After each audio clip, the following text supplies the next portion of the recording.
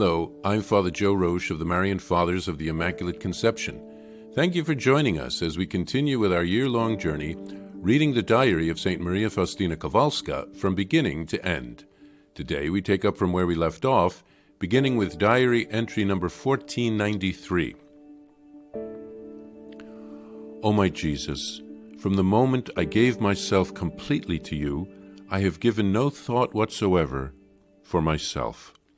You may do with me whatever you like. There is only one thing I think about, that is, what do you prefer? What can I do, O Lord, to please you? I listen and watch for each opportunity. It matters not if I am outwardly judged otherwise in this matter. January 15th, 1938. Today, when the sister, about whom the Lord warned me, came to see me, I armed myself spiritually for battle. Although it cost me much, I did not depart one bit from what the Lord had commanded. But when an hour had gone by, and the sister made no move to go, I interiorly called upon Jesus to help. Then I heard a voice in my soul saying, "Do not fear. I am watching you this very moment, and am helping you. In a moment I will send you 2 sisters who are coming to visit you, and then you will find it easy to continue the conversation." At that moment 2 sisters entered, and then the conversation was much easier, even though it lasted for still another half hour. Oh, how good it is to call on Jesus for help during a conversation. Oh, how good it is, during a moment of peace, to beg for actual graces. I fear most of all this sort of confidential conversation. There is need of much divine light at times like this in order to speak with profit, both for the other person's soul and for one's own as well. God, however, comes to our aid, but we have to ask Him for it. Let no one trust too much in his own self. January 17th, 1938. Today, since early in the morning, my soul has been in darkness. I cannot ascend to Jesus, and I feel as though I have been forsaken by Him. I will not turn to creatures for light, because I know that they will not enlighten me if Jesus wills to keep me in darkness. I submit myself to His holy will and suffer. Still, the struggle is becoming more and more desperate. During Vespers, I wanted to unite myself with the sisters through prayer. When I went, in my thoughts, to the chapel, my spirit was plunged into even greater darkness. Total discouragement came over me. Then I heard Satan's voice. See how contradictory everything is that Jesus gives to you. He tells you to found a convent, and then He gives you sickness. He tells you to set about establishing this feast of mercy, while the whole world does not at all want such a feast. Why do you pray for this feast? It is so inopportune. My soul remained silent, and by an act of will continued to pray without entering into conversation with the spirit of darkness. Nevertheless, such an extraordinary disgust with life came over me that I had to make a great act of the will to consent to go on living.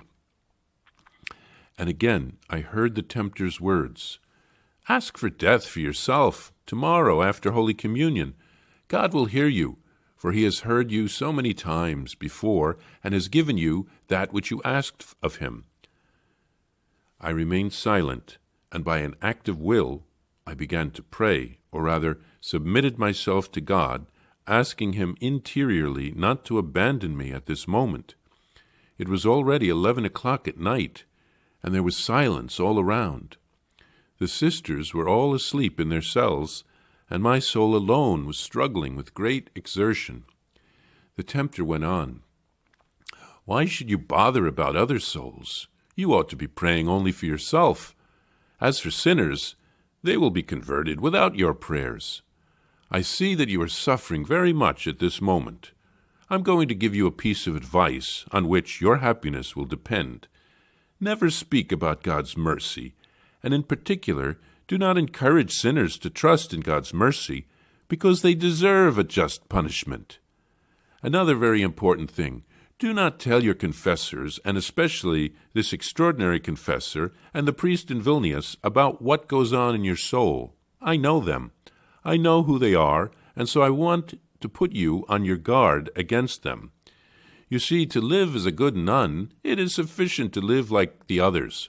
Why expose yourself to so many difficulties?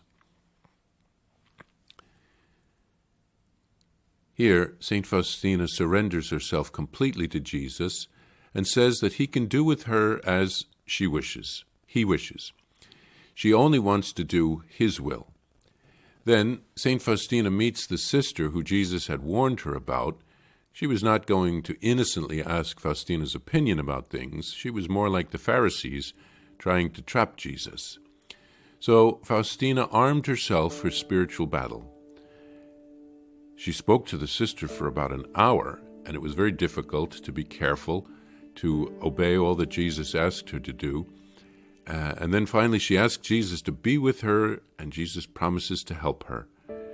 She spoke with the sister for another half hour, but only after Jesus had sent 2 sisters to join the conversation, and it became much easier. Then Faustina writes about how good it is to call on Jesus in our time of need. She warns us to not rely too much on our own strength. We need his help. She then writes of feeling like she is in darkness, abandoned by Jesus. She surrenders herself to Jesus' holy will and endures the suffering. She goes into the chapel in spirit to pray. She's in her room, and things unfortunately get worse. Satan tries to tempt her to stop praying, to stop helping others, to stop revealing her soul to her confessors and her spiritual directors. He phrases it in such a way that things would get easier for her if she followed his suggestions. But Faustina remains silent. She doesn't enter into dialogue with the evil one. She prays and asks for God's help. She was even tempted to go against God's will, to ask the Lord to come, to let her die, come to the end of her life. She's probably even tempted to suicide. And in the next podcast, we'll hear how things turned out.